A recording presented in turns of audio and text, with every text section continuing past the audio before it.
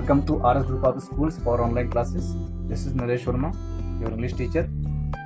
Today we will study a lesson, A Fellow Traveler. That is for class 12 only.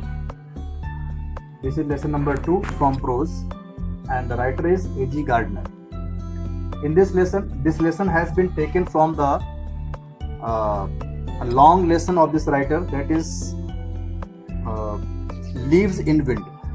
This is the longer essay of this writer. In this essay or in this lesson, the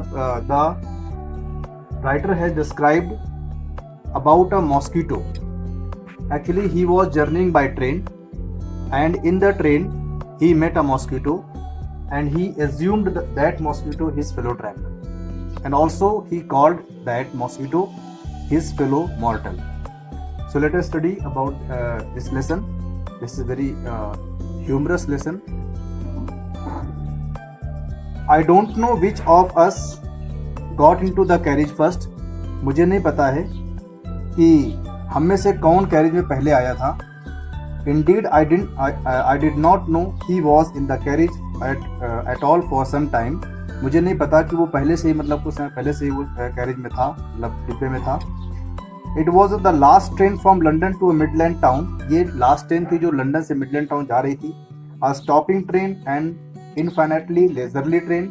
एक जगह जगह रुकने वाली train थी और बहुत ही धीमी चलने वाली ट्रेन थी वो. One of those trains which give you an understanding of eternity. ये उनमें से एक ट्रेन थी जो आपको ऐसा एहसास दिलाएंगी जैसे उसकी यात्रा कभी खत्म ना हो. It was tolerably full when it started. ये पूरी तरीके से ठसाठस भरी हुई थी जब ये रवाना हुई थी वहां से. But as we stopped at the suburban stations, the travelers alighted in ones and twos, and by the time we had left the outer ring of London behind, I was alone, or rather I thought I was alone. और जब ये train छोटे छोटे station में रुक रही थी तो वहां पर यात्रीगण जो है एक एक दो दो करके उतर रहे थे, और उस समय तक हम लोग जो है लंदन की जो बाहरी सीमा थी उसको हम पार कर चुके थे, और उस समय मैं अकेले था, या फिर मैं सोच रहा था कि मैं अकेले था. There is a pleasant sense of freedom about being alone in a carriage. जब आप कैरिज में अकेले होते हैं तो बिल्कुल प्लेजेंट सेंस होता है फ्रीडम का, है ना. That is jolting noisily through the night. और ऐसी ट्रेन जो हो जो लगातार झटके देके चल रही हो, बहुत शोर मचा रही हो. It is liberty and unrestrained in a very agreeable form. और ये पूरी तरीके से आज़ादी होती है, पूरी तरीके से आपका उसमें अपना मतलब कहने का जिस तरीके से आप करना चाहें उस तरीके से कर सकते हैं, है ना. उस ट्रेन में कोई रोक टोक नहीं होती है, पूरी फ्रीडम होती है. You can do anything you like. आप जो भी कुछ करना चाहें उसमें कर सकते हैं.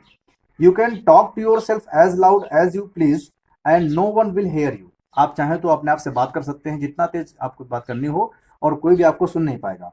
You can have that argument out with Jones and roll him triumphantly in the dust without fear of a counter stroke. आप चाहें तो किसी भी काल्पनिक व्यक्ति को मान करके, जैसे मान लीजिए यहाँ पे जोन का नाम दिया गया है, आप उसको मानकर उससे आर्ग्यूमेंट कर सकते हैं, और उसको बिना किसी डर के, बिना किसी जवाबी हमले के डर से आप उसको मतलब उसको हरा सकते हैं.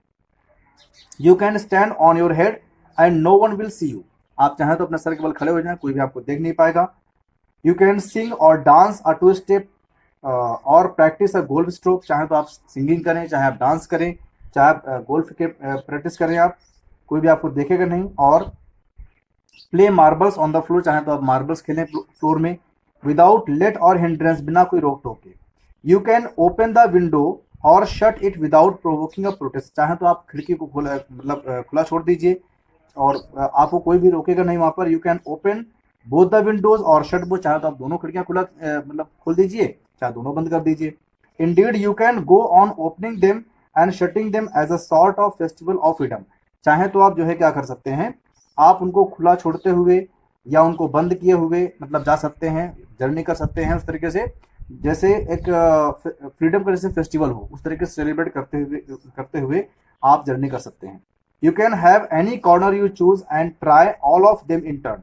आप चाहें तो कोई भी कोना चूज कर सकते हैं बैठने के लिए, चाहे तो बारी बारी से मतलब उसमें बैठ सकते हैं आकर के. You can lie at full length on the cushions and enjoy the luxury of breaking the regulations and possibly the heart of Dora. और आप चाहें तो कुशंस में, जो कुशंस होते हैं सीट में, आप उसमें पूरे पैर फैला सो सकते हैं, मतलब लेट सकते हैं और पूरी तरीके से लग्जरी का एंजॉय कर सकते हैं। और जो डोरा, डोरा मतलब DORA जो है, ये शॉर्ट फॉर्म है उसका, defence of realm act. Actually 1914 to 1919 जो मतलब आपका जो विश्व युद्ध था, सेकेंड वर्ल्ड वॉर जो था, उस दौरान एक एक्ट आया था जिसको हम बोलते हैं डिफेंस ऑफ रीम एक्ट। ये ब्रिटिश कालीन का एक्ट है, ठीक है ना। तो वो जो एक्ट था उसको उसके जो रूल्स हैं उनको तोड़ते हुए आप आराम से मतलब लग्जरी को एंजॉय करते हुए आप वहाँ पे ट्रेन में यात्रा कर सकते हैं। और डोरा के हार्ट को, मतलब इसका जो हार्ट है यानी कि इसके रूल्स तोड़े गए हैं, उसको पता भी नहीं चलेगा। ओनली डोरा will not know that her heart is broken. और डोरा को भी मतलब पता नहीं चलेगा कि उसका हार्ट टूट चुका है। यू हैव एस्केप्ड इवन डोरा, और यहाँ तक कि आप डोरा से भी बच सकते हैं।